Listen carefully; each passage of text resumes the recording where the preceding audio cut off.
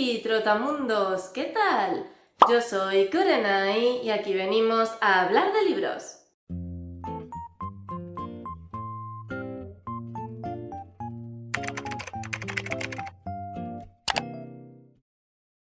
Como veis por mis estanterías, yo ya estoy en plena época otoñal, así que toca ir cerrando el verano con el wrap-up de agosto. Agosto es un mes con el que he estado contenta y al mismo tiempo no. He estado contenta en el sentido de que he leído mucho y muy variado, porque he leído novelas, relatos, novela gráfica. También estoy contenta porque estas lecturas me han permitido cumplir algunos de mis propósitos del 2025, pero al mismo tiempo estoy disgustada porque la calidad de las lecturas no ha sido lo que yo esperaba. Ha habido novelas de las cuales yo esperaba mucho y sin embargo al final se han quedado bastante por el camino.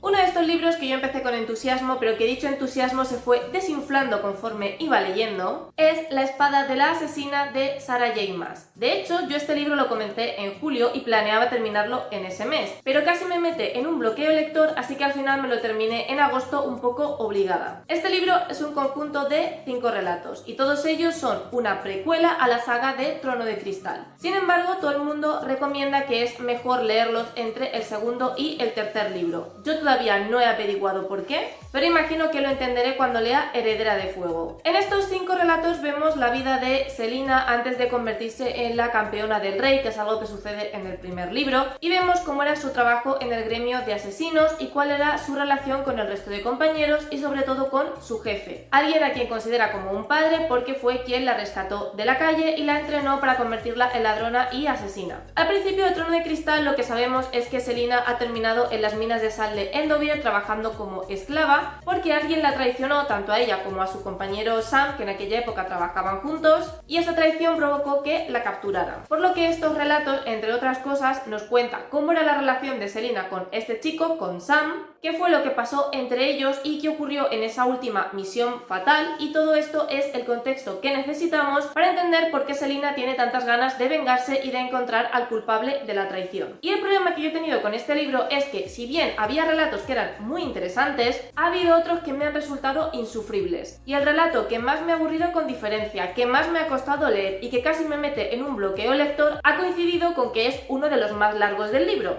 Por lo que después de leer ese relato, sinceramente no me apetecía lo más mínimo continuar con el libro y lo dejé bastante tiempo en pausa. En esta precuela, aparte de conocer a Sam y de cómo era su relación con Selina, que es literalmente lo mejor de todo el libro, también conocemos a otros personajes que yo entiendo que serán relevantes en el resto del libro. Estos dos personajes no me han gustado, me han resultado totalmente indiferentes. Como he dicho, entiendo que es porque van a aparecer en los libros principales y que entender cómo Selina los conoce y por qué es importante para la trama principal, pero la verdad es que todo lo que tenía que ver con ellas me ha aburrido muchísimo y no me ha interesado lo más mínimo.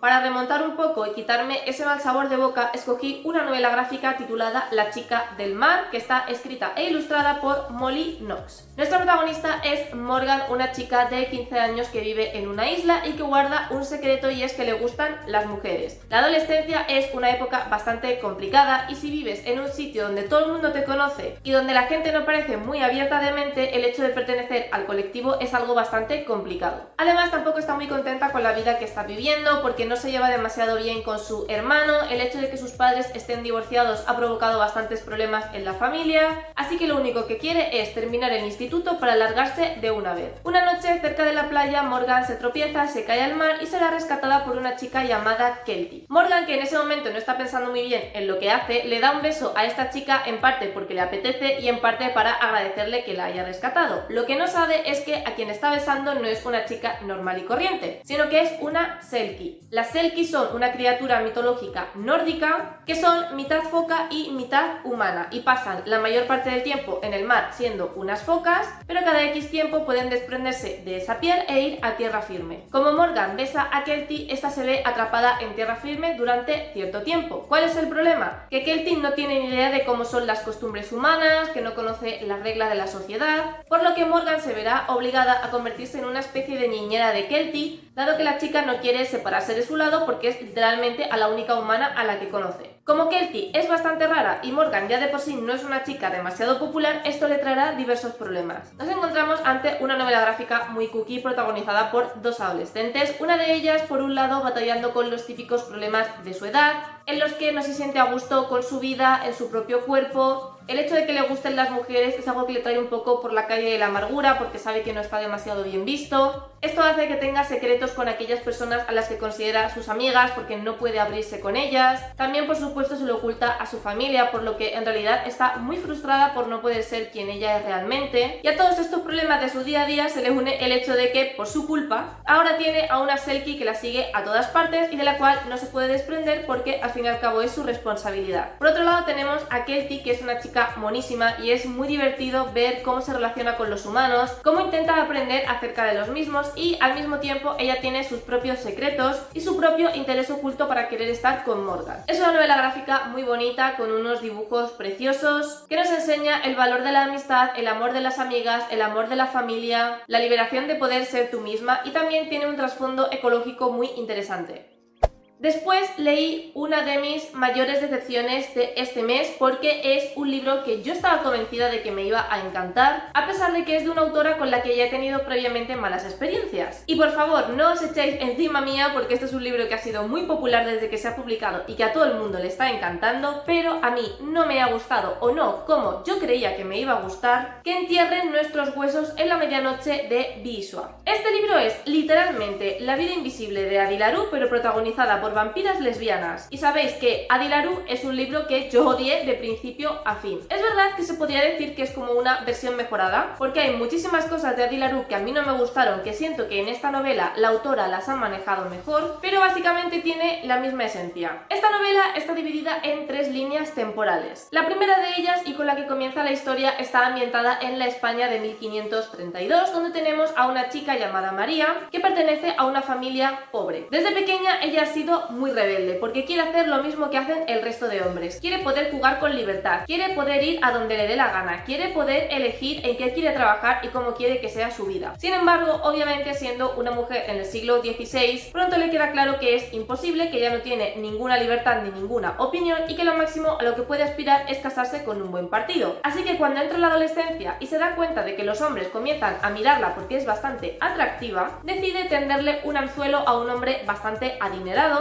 para que finalmente este la termine pidiendo matrimonio. A pesar de que gracias a ese matrimonio su estatus mejora bastante y pasa a vivir en un palacio rodeada de criadas, al fin y al cabo sigue siendo una esclava de su esposo, porque el hecho de que su familia tenga dinero no significa que ella tenga más libertad, por lo que pronto acabará increíblemente frustrada con su matrimonio y buscando una nueva salida al mismo. Será en el punto álgido de su miseria cuando vuelva a encontrarse con una viuda a quien ya conoció muchos años atrás en su pueblo, una viuda que siempre le llamó la atención porque era muy misteriosa, nadie sabía mucho acerca de ella y lo más importante y lo que más le llama la atención es que parece que los años no han pasado por ella, por lo que esta viuda llamada Sabine se convertirá en la válvula de escape de María, y a quien envidiará porque gracias a ser viuda se ha convertido en una mujer invisible para la sociedad y puede hacer y deshacer con total libertad. Después de conocer a María conocemos a Alice, cuya línea temporal está ambientada en el 2019, que es una chica muy callada, muy introvertida, que no tiene demasiados amigos, que está cansada de ser así y que pretende que su nueva etapa universitaria cambie todo eso. Tiene la intención de convertirse en alguien mucho más extrovertido, que va a fiestas, que disfruta conociendo a la gente, y en una de esas fiestas será cuando conozca a Lottie. Sin embargo, lo que ella no imagina es que ese encuentro le cambiará la vida, literalmente. Y por último tenemos la línea temporal de 1827, que está ambientada en Londres y de la cual no os quiero decir demasiado porque, aunque sí que habla de ella en la sinopsis, la manera en que la autora la introduce en el libro es bastante sorpresiva, así que quiero que se mantenga así, y lo único que puedo deciros de esta tercera trama es que combina tanto la trama de María como la de Alice. ¿Por qué digo que este libro me recuerda muchísimo a Adilaru? Básicamente porque está protagonizado por 3 mujeres que están insatisfechas con su vida y que están dispuestas a hacer casi cualquier cosa para que eso cambie. En el caso de las 2 mujeres del pasado, evidentemente el hecho de vivir en la época en la que viven hace que tenga muchísimas restricciones, que no tengan ningún tipo de libertad y que básicamente su vida esté marcada o bien por lo que le impone su familia o bien por lo que les va a imponer en un futuro sus maridos. En el caso de Alice es un poco más de lo mismo porque, aunque sí que es verdad que vive en un mundo actual, sigue sin tener toda la libertad que anhela porque al fin y al cabo le gustan las mujeres y es un secreto que digamos tampoco va aireando por ahí porque sabe que bueno, que es algo que no está del todo bien visto, sobre todo dependiendo en los círculos por los que se mueva. Además de eso, como he dicho, es muy introvertida, le cuesta muchísimo relacionarse con la gente y todo eso hará que para ella sea un problema problema porque no le gusta a la Alice que ve en el espejo y quiere convertirse en una mejor versión de sí misma. Por seguir un poco con la comparación de Adi LaRue, algo que me gusta mucho de esta novela es que todas las mujeres son conscientes de las consecuencias de la decisión que están tomando y que en realidad este cambio en su vida es una manzana envenenada, porque si bien van a poder hacer lo que les dé la gana, viajar por todo el mundo, no tener que preocuparse nunca más por su seguridad ni por el dinero, no tener que estar nunca más bajo el yugo de un hombre, etcétera, etcétera, al mismo tiempo supone un montón de inconvenientes que las van a marcar hasta el día que se mueran. Por otro lado tenemos al personaje de María, que es con diferencia el que más me ha gustado, aunque sí que es cierto que es increíblemente insoportable, el típico personaje que está hecho para ser repelente, para que te caiga mal, pero está tan increíblemente bien construido que es un personaje detestable y al mismo tiempo se ha convertido en el mejor de toda la novela. Este personaje va a ser una constante a lo largo de todo el libro y por lo tanto vamos a ver su vida a lo largo de muchísimos años. No sé si es por la manera en la que está narrado el libro, por los eventos que la autora decidía contarte, por la propia personalidad de María, por las relaciones y los personajes que va conociendo a lo largo de su vida. El caso es que todo lo que me contaba de este personaje a mí me parecía fascinante y además creo que la autora maneja muy bien el cómo va viendo María todos los cambios que se van produciendo en el mundo a medida que el resto del mundo va evolucionando mientras ella se queda estancada. Sin embargo, la historia de María es lo único que realmente me ha gustado del libro. Bueno, eso y cómo está escrito y la ambientación, porque en mi opinión los otros dos personajes empalidecen en comparación con María. Ni sus vidas son tan interesantes, ni ellas como protagonistas lo son, ni sus personalidades, ni las cosas que les pasan, ni cómo gestionan sus problemas, nada de eso me ha parecido interesante. Entonces, si tenemos un libro que está contado a tres voces y solamente me gusta una de ellas, pues como imaginaréis es una novela que se me ha atragantado bastante. En el caso de Charlotte, que es la muchacha de la línea temporal de Londres, lo que me ha pasado con ella es que siento que va muy de victimista. Es como que por un lado su situación me da bastante pena y me gusta que sea tan empática y que en ningún momento pierda la humanidad que la caracteriza, pero al mismo tiempo siento que sus capítulos son básicamente llorar y llorar y llorar y quejarse por absolutamente todo. Y en el caso de Alice es que es un personaje que me ha parecido cero carismático, con unos problemas que sinceramente no me interesaban en lo más mínimo y se podría resumir con que es un personaje con el que no he llegado a empatizar. Además, por otro lado, otro problema que he tenido yo con Charlotte, bueno, más que con Charlotte, con el cómo se cuenta su historia, es que la autora te la mete de repente y te la cuenta en un momento y de una forma en el que tú no paras de pensar, ¿a qué viene esto? ¿Por qué narices de repente me estás cortando por la mitad la trama que me estás contando para meterme al personaje de Charlotte y contarme toda su vida? Es un poco como si le preguntas a tu amiga qué tiempo hace y termina contándote por qué terminó con su ex. Aunque luego evidentemente vamos atando cabos y vamos entendiendo por qué la autora de repente nos mete a este personaje y nos cuenta su historia y qué tiene que ver con la trama inicial, pero digamos que la forma de introducirla es bastante abrupta y a mí personalmente me cortó bastante la narración. En cuanto al final, tampoco me ha gustado porque siento que este libro se merece un final más álgido. El desenlace que plantea la autora es como el desenlace perfecto, redondo, porque el libro no podía acabar de otra forma. Sin embargo, es como que me estás construyendo una historia muy épica, muy interesante a lo largo de los siglos, a lo largo de la historia, y de repente termina como de una forma demasiado simple, abrupta. Entonces como que me dejó una sensación agridulce, porque por un lado es el final perfecto y no podía acabar de otra forma, pero por otro lado cerré el libro pensando, ¿y ya está?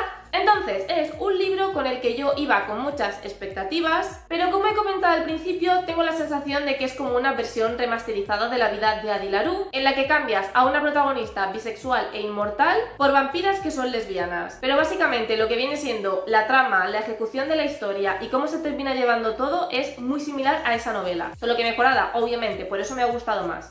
Después continué con una novela que ya he mencionado en el canal, en el vídeo que hice de libros duros, pero que creo que son necesarios para concienciarnos, que os dejaré por aquí por la i, por si no la habéis visto, para que le echéis un vistazo, porque estoy bastante orgullosa de ese vídeo, que es El monstruo pentápodo de Liliana Bloom. En esta novela tenemos como protagonista a Raimundo, que es un señor de 40 y tantos años, que comienza el libro intentando quitarse la vida porque considera que su vida ya no tiene sentido, hasta que un día, pasando por delante de una piscina municipal, encontrará a quien él considera que se va a convertir en el amor de su vida, que es Cynthia, una niña de 5 años. En el momento en el que ve a Cynthia, su vida se ilumina y decide que tiene que hacer lo que sea para que esa niña termine enamorándose de él, por lo que comienza a idear un plan para secuestrarla y retenerla en su sótano, con el único objetivo de que Cynthia termine enamorándose de él y dándole el amor que él cree que se merece. Esta es una novela que, como imaginaréis, no está hecha para el estómago de todo el mundo. Es una novela muy cruda donde la autora nos presenta una realidad que, por desgracia, desgracia está ahí. Es una novela muy explícita donde hay relaciones de maltrato y relaciones de índole sexual perfectamente descritas. En ningún momento la autora cae en el morbo, eso quiero dejarlo muy claro. No es una novela que esté hecha en absoluto para que el lector la disfrute, sino para que te asquee en cada página. Algo que me resultó muy curioso de esta obra es que yo por lo menos tengo la mentalidad, la creencia, el prejuicio, llamadlo como queráis, de que normalmente los hombres que sienten este tipo de impulsos es porque se los han inculcado de alguna forma cuando eran pequeños, véase por ejemplo mediante el consumo de vídeos subidos de tono o porque alguien a su alrededor le ha mostrado este mundo, pero sin embargo la autora aquí nos plantea que es algo completamente natural de este personaje, es decir, no lo conoció de forma externa, sino que ya desde niño comenzó a sentir pulsiones por su propia hermana pequeña y la consecuencia de esto es que para él es algo completamente natural sentirse atraído por niñas y que el único motivo por el cual lo oculta es porque él sabe que no está bien visto de cara a la sociedad, pero él realmente no considera que sea algo malo porque para él es totalmente natural sentir este tipo de impulsos y de hecho ni siquiera entiende por qué hay hombres que puedan sentir ningún tipo de atracción por mujeres de su misma edad. También aparece aquí una mujer que sufre de enanismo, perdón por decirlo de esta forma, sé que no es la correcta, pondré el nombre correcto escrito, pero es la forma en la que se refieren a la mujer a lo largo de toda la novela, así que no recuerdo cuál es el nombre científico exacto. El caso es que Raimundo decide seducir a la mujer que trabaja como recepcionista de la piscina a la que va Cynthia, porque es una mujer que al sufrir de esta enfermedad está acostumbrada a ser el hazmerreír de todo el mundo. Es una mujer que no tiene autoestima, muy falta de cariño, por lo que es la presa perfecta para que Raimundo la seduzca y pueda utilizarla para llegar de una forma mucho más sencilla a Cynthia y que posteriormente pueda utilizarla para convertirse en ama de casa y cuidar de la niña cuando él está fuera. Es un personaje muy interesante porque ella sabe perfectamente que Raimundo tiene secuestrada a Cynthia, lo que pasa es que está tan, no sé cómo decirlo, enamorada, obsesionada, tiene los ojos tan vendados que es incapaz de darse cuenta de que quizá debería hacer algo para solucionar eso, de que no es normal que a su marido le gusten las niñas, y parte del libro está narrado desde su punto de vista porque ella está en la cárcel como cómplice, esto lo sabemos desde el inicio de la novela, y le va mandando cartas a Raimundo contándole un poco cómo es su día a día en la cárcel, lo que habla con la psicóloga acerca de todo lo que ha tenido que vivir, y es un personaje que por un lado te produce repulsa, pero al mismo tiempo es muy complicado no empatizar con ella porque al fin y al cabo ha sido totalmente manipulada, y a lo largo de todo el libro ella misma va reflexionando acerca de lo que hizo, de lo que no hizo, de cómo se sentía. Es un libro muy interesante porque la autora ahonda muy bien en la psicología de los personajes, y aunque no es un libro nada agradable de leer, creo que la autora plasma muy bien esta problemática.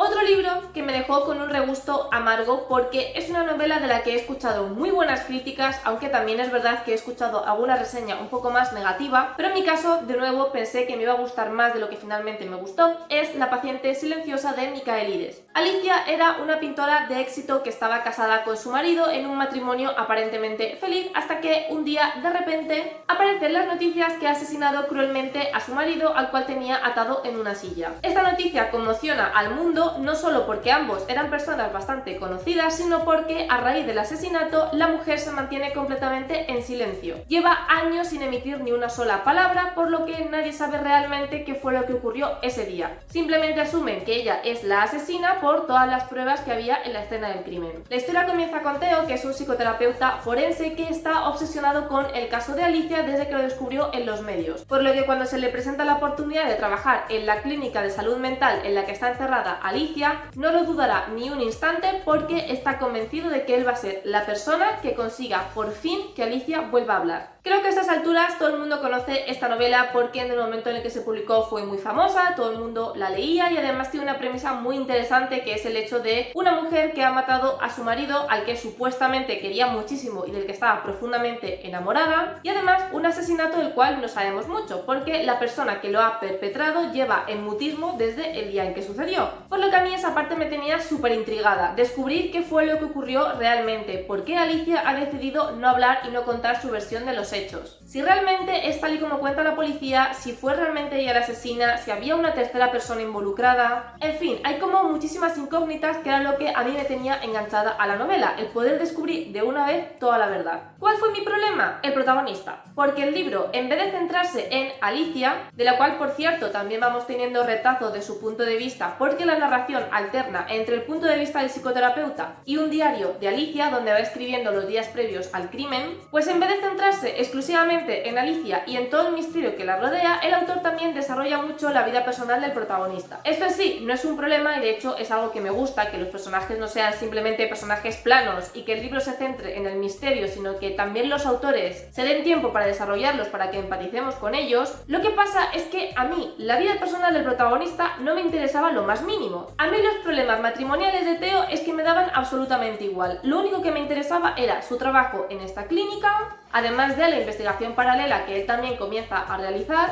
para intentar ir rescatando pedacitos del pasado de Alicia, para intentar comprenderla mejor y un poco pues formar ese puzzle que le lleve a que Alicia se abra con él y por fin hable. Entonces los capítulos que se centraban en Theo y su vida personal es que me parecían aburridísimos. Es verdad que tienen una razón de ser, ¿vale? Que el autor no te cuenta ciertas cosas simplemente por contártelas y que lo que pasa en la vida personal de Theo al final influye o está relacionado de cierta forma con Alicia. Pero claro, hasta que yo no llegué a ese punto de entender por qué era importante todo lo que te estaba contando el autor acerca del matrimonio fallido del protagonista, a mí esos capítulos, pues ¿qué quieres que te diga? Me estaban pareciendo un soberano coñazo. Por otra parte, el final también me dejó bastante fría porque, aunque sí que es una revelación muy interesante y es una revelación que no me vi venir, en ese sentido el libro no es en absoluto predecible, al menos en mi caso, de nuevo lo leí y me quedé en plan, ¿en serio? ¿De verdad me vas a decir que la verdad oculta tras el mutismo de Alicia es esta? Es como que por un lado me sorprendió y me pareció original, pero por otro lado me esperaba otra cosa completamente diferente. Tampoco me sentí muy cómoda con la manera en la que el protagonista se refiere a las mujeres que están en esta institución mental, porque se supone que Theo es un psicoterapeuta, es decir, alguien que entiende sobre el tema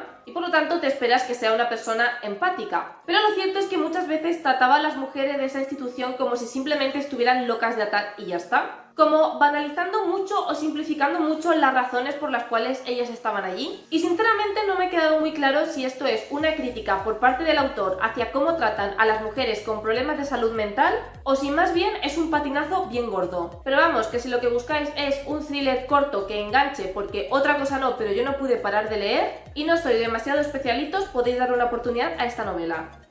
Siguiente decepción, aunque yo ya sabía que iba a ser una decepción porque es un relato protagonizado por un personaje que a mí ya de entrada no me gustaba y es Danzante del Filo, que es un relato 2.5 que se sitúa entre Palabras Radiantes y Juramentada, que son el libro 2 y 3 de la saga del Archivo de las Tormentas, y este relato está incluido en Arcanum Ilimitado, que es un libro que recoge todos los relatos del Cosmere. Como sabéis, me estoy leyendo el Cosmere con mi compañera Rebeca de Un Libro Más Nunca Uno Menos y nos lo estamos leyendo en orden, por lo que después de Palabras Radiantes, antes de meternos en Juramentada, nos tocaba leernos este relato. Es un relato que está protagonizado por Lift, un personaje al que ya conocemos en uno de los interludios de Palabras Radiantes y un personaje que a mí desde el principio me cayó fatal y que he corroborado en este relato, que es un personaje que no me gusta y que no tiene pinta que me vaya a gustar en el futuro. Lift es una niña que años atrás le pidió a la Vigilante Nocturna, que es una especie de diosa del Cosmere, que le impidiera seguir envejeciendo porque quería que cuando volviera a reencontrarse con su madre